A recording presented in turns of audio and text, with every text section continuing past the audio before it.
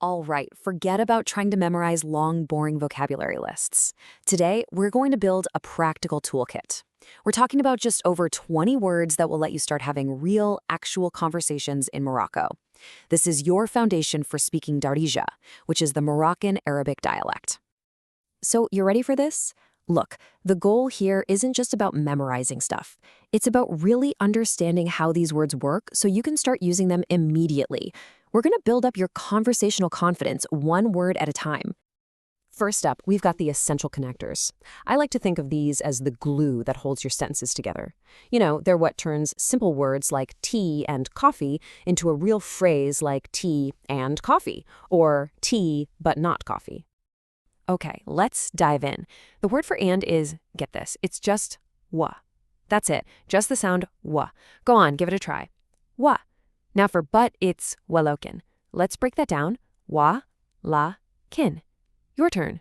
Walakin. Good. If is ida, and for example is mathalan.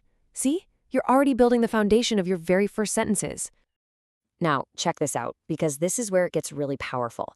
These two little words give your speech so much more complexity. Wa is simple, right? You're just adding another piece of information.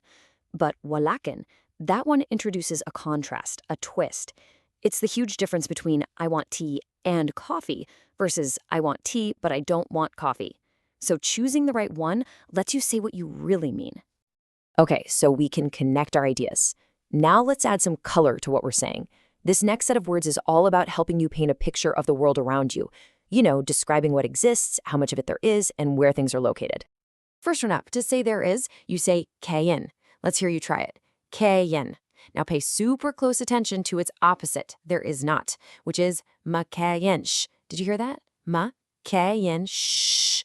That ma at the beginning and that sh at the end is an amazing little pattern for making things negative in Darija, and we're going to look at that more closely in just a moment.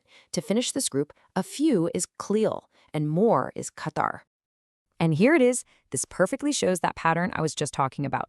Kayen means something exists.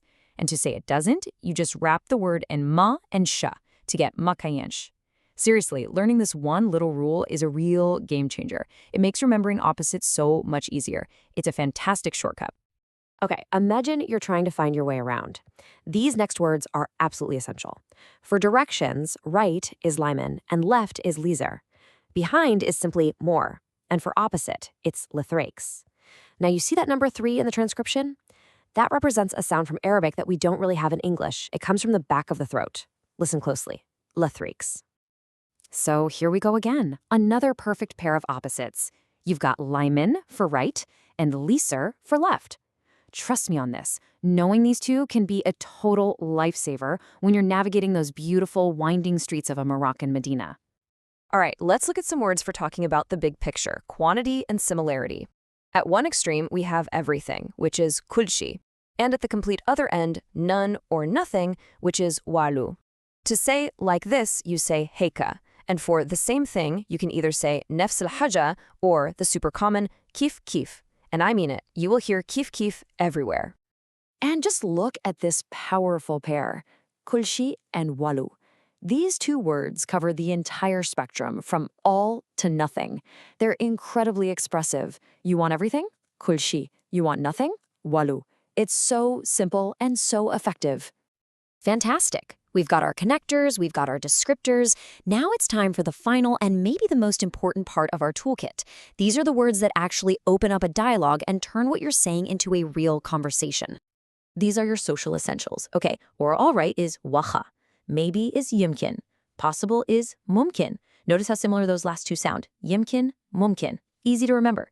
And for excuse me, it changes just a little depending on who you're talking to. You say smali to a man and samhili to a woman. A little politeness goes a long way. Let's just focus on this one word for a second. Wakha. I am not exaggerating when I say you are going to hear this word everywhere in Morocco. It means okay, all right, yes, deal, sounds good. It's this simple, powerful word of agreement that's really the backbone of daily interactions. If you only learn one word today, make it this one. So, how do you keep a conversation going? Well, you can ask for more information with Bessah, which means really. An answer is jawab, and something is shihaja. To say still or not yet, you can use either baki or mazal. They're used pretty interchangeably. And the really cool thing is that a single word like Bessah can be a full response. It shows that you're engaged, you're listening, and that you're surprised or curious. It totally invites the other person to tell you more. It's an incredibly effective conversation tool. All right, wow, we have covered a lot of ground. We've built a fantastic foundation with just over 20 words. So let's do a quick review of the absolute must-knows, your core toolkit that you can use on day one.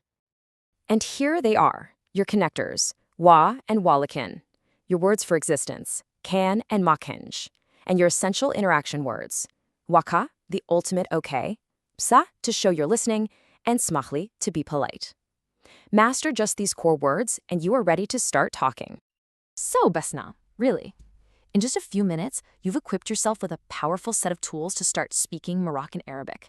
The only question left is which one of these words will be the very first one you use on your adventure.